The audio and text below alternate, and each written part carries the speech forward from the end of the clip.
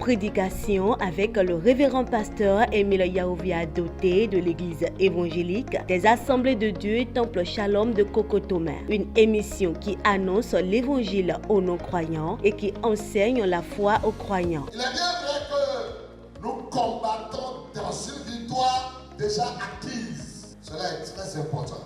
Nous ne combattons pas parce qu'il faut combattre. Nous combattons déjà dans une victoire. Parce que celui que nous suivons l'a combattu, il a remporté la victoire. Et c'est lui qui nous demande de combattre. Pas pour que nous ayons de nouveaux combats. Nous allons combattre dans la victoire que lui a déjà gagnée pour nous. Prenez alors le rendez-vous sur la télé évangélique tous les mercredis à 12h et les samedis à 20h par les enseignements du révérend pasteur Émile Yahovia Doté. Découvrez une autre dimension essentielle pour le salut de votre âme. Oui, je crois que la Bible est vraie, elle est vraie. Je crois que la Bible est vraie, elle est vraie, elle est la parole du Seigneur. Je la sais.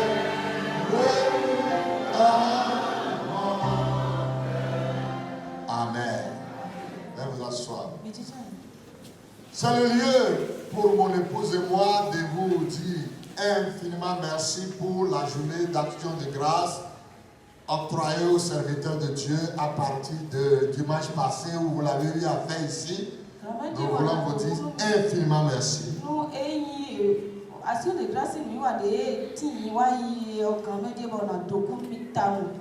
Nous avons vu les efforts de chacun et nous vous restons reconnaissants. Nous avons prié pour chaque enveloppe afin que le Seigneur bénisse l'auteur de chaque enveloppe. Et nous le croyons fermement. Que ce que vous avez fait, vous l'avez fait pour le Seigneur. Et il ne reste jamais redevable à personne. Il vous le rendra au centuple. Que le Seigneur vous bénisse. Amen. Nous allons lire dans Luc 23. J'ai quelques minutes seulement. Soyez rassurés. Luc 23. Verset 39 au verset 43.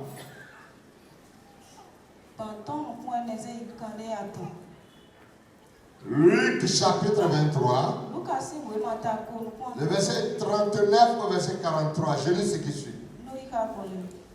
L'un des malfaiteurs crucifiés l'injuriait, disant: n'es-tu pas le Christ? Sauve-toi toi-même et sauve-nous. Mais l'autre le reprenait et disait: ne crains-tu pas Dieu? Toi qui subis la même condamnation.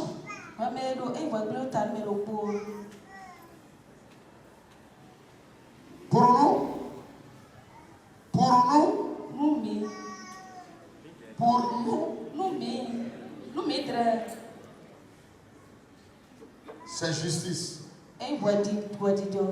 Car nous recevons ce qu'ont mérité nos crimes, mais celui-ci n'a rien fait de mal.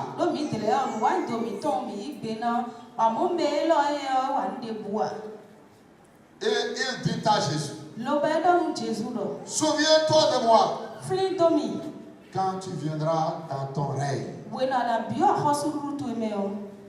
Jésus lui répondit: je te le dis en vérité, aujourd'hui tu seras avec moi dans le paradis. Amen. C'est l'espère. Nous sommes là pour t'entendre. Bénis ta parole dans le tréfonds de nos cœurs. Et qu'en retour, la gloire te soit rendue. Au nom de Jésus.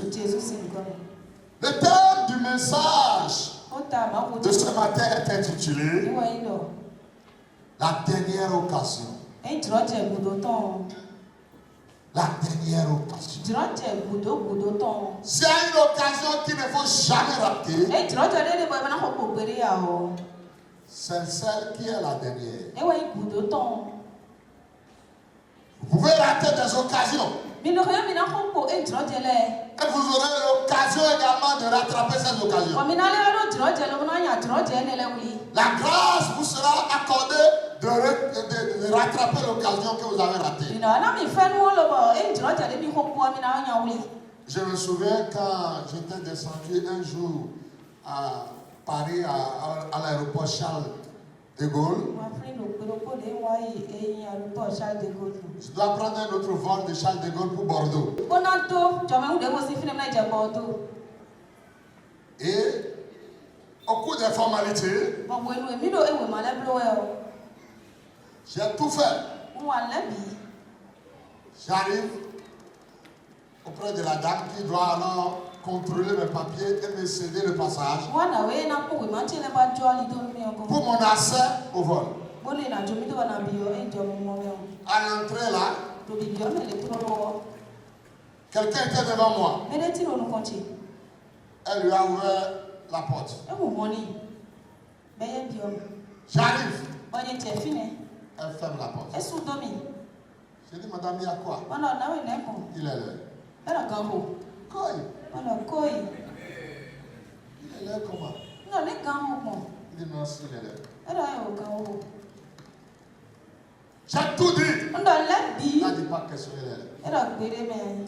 Il y avait aussi quelques personnes derrière moi. Il nous a tous renvoyés dans le hall. Et puis je suis retourné lui dire, qu'est-ce que je dois faire? Il y a un autre vol qui vient. Dans 1 heure ou dans 2 heures. Si vous êtes prêts, vous pouvez monter sur ce vol pour aller à Bordeaux. Je me suis préparé. Je suis resté vraiment très proche de la porte. Même pour aller faire mes besoins, c'est avec calcul. J'étais là en train de gâter l'occasion quand ils ont annoncé les formalités pour l'embarquement. J'étais parmi les meilleurs. Pourquoi? Parce que j'ai raté une première occasion. J'y étais là et la dame a commencé, elle a pris mes documents. Passe. Je suis allé prendre place à bord du vol. Ce qui veut dire quoi? J'ai raté la première occasion. Mais la grâce m'a été faite d'attraper une nouvelle occasion. Heureusement pour moi que ce n'était pas la dernière occasion. Mais ici, dans le contexte de ce que nous venons de lire, c'était la toute dernière occasion. Voilà 2 bandits qui ont été saisis dans la ville. 2 cancers, 2 malfaiteurs. Ils ont été condamnés. Quelle grâce de les voir se retrouver à droite et à gauche du Sauveur du monde. Cette occasion n'est jamais donnée à tout le monde. Voilà. Les bandits étaient toujours auparavant crucifiés tout seuls.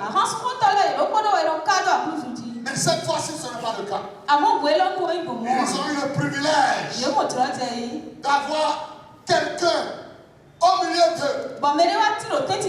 Et pas n'importe quelle personne. Le roi de gloire, le Seigneur des Seigneurs, Jésus de Nazareth. Le voilà debout entre les 2 bandits. petit. Do e ya hansu wota wele siteti. Une occasion à profiter. Droite ni bo ina nyawli. Mais vous savez, dans la vie, Mi to do bebe on. il y a des gens qui, alors, ne prennent pas au sérieux la toute dernière occasion qu'ils ont en fait.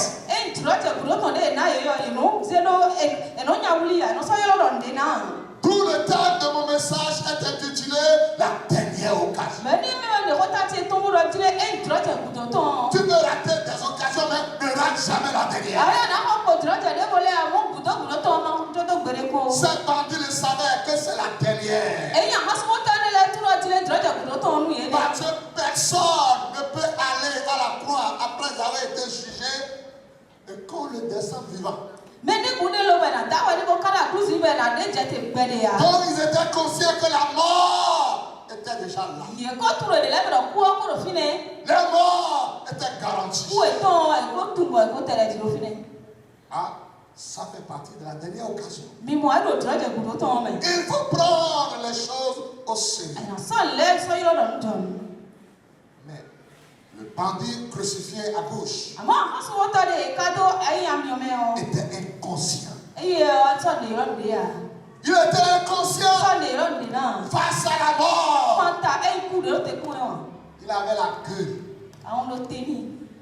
Il se justifiait. Il parlait. Il racontait des choses. Alors, dans quelques minutes, il allait mourir pour toujours. Au lieu de prendre conscience de son état actuel et de chercher à savoir qu'est-ce qu'il faut faire, il avait la bouche. Il va s'adresser au Seigneur des Seigneurs. Il va lui dire: n'es-tu pas le sauveur? Si oui, sauve-toi et sauve-nous. La Bible dit qu'il injuriait même le Seigneur. Comment quelqu'un face à la mort a la bouche d'injurier?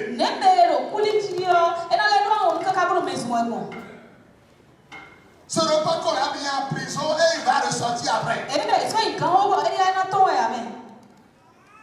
Il est condamné.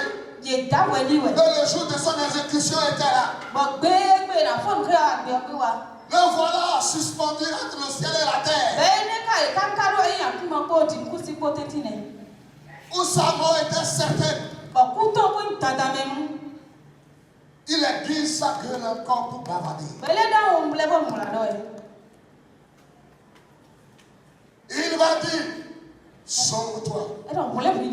Sauve-toi. La Bible parle même des injures qu'il a prononcées contre le Seigneur. Jésus n'a pas répondu un mot. Le second brigand qui est de l'autre côté à droite va le reprendre. Toi, tu ne crains pas Dieu. Voilà un conscient face à la mort. Et toi, tu ne crains pas Dieu. Qu'a-t-il fait cet homme? Il n'a rien fait, c'est un innocent. Mais toi et moi, nous méritons ce que nous sommes en train de vivre. C'est ce que nous allions faire. Mais lui, il a fait quoi? Il n'a rien fait. Cet homme avait le cœur endurci, le bandit de la gauche. Il suffisait qu'il entre en lui-même et qu'il parle à son voisin en lui disant: j'ai compris ce que tu as dit. Seigneur, je te demande pardon. Je retire ma parole de tout à l'heure. Aie pitié de moi. Et Jésus allait le sauver. Mais la dernière occasion, il a loupé. En demeurant incrédule, endurci. Que Dieu nous rende sensibles à sa parole. Mes frères, il ne faut pas rater la dernière occasion. L'autre de la droite, Il n'a pas joué avec sa vie. Et t'as un peu de ton poids. Il savait que c'est la dernière chance. C'est la dernière occasion pour lui. Tu vois, tu as beaucoup de temps à y nouer. Après avoir tenté de ramener l'autre en vain, Mais t'es pour la tomber, tu vas voir, tu dois dire, il revient vite sur lui-même. et là, quoi, il y a des Et gibelets. il pose sa requête. Bon, donne, et le goût. Seigneur, Et là, pour non. souviens-toi de moi Flindomi. lorsque tu reviendras dans ta gloire. Vous n'y en a l'air quoi, le qui go to the Souviens-toi de moi. Flimi. Et aussitôt, Pas sur le pas, sur le go. ce qui m'a étonné, Nous, il n'y a pas de camion. Jésus n'a pas répliqué un seul mot au bandit qui parlait à la bouche. À France, on t'a le rôle d'un mieux, mais Jésus l'a reconnu. Et lorsque le bandit de la droite a parlé également en répliquant au bandit de la gauche, Jésus n'a rien dit aussi. À France, on t'a l'air d'ici, mais le rôle d'un mais la mieux, mais Jésus l'a qu'à nous remettre. Mais Amen. quand ce bandit de la droite est revenu à la charge et commençait par prier le Seigneur, À mon point de vue, à France, on t'a l'air d'ici, mais le quoi, mais le roi, et des procès à pour nous dire. il répondit. Et il peut vous Et il dit, Et donc, aujourd'hui même, aujourd'hui même, alléluia, aujourd'hui, tu seras avec moi dans le paradis. Alléluia. Oh mes frères et sœurs, quelle grâce. Lui n'a pas raté l'occasion. Mais celui-là, il a entendu la réponse que Jésus a donnée à ce bandit de la droite. Ça ne lui a rien dit. Il y a des gens, les choses de Dieu ne leur disent rien.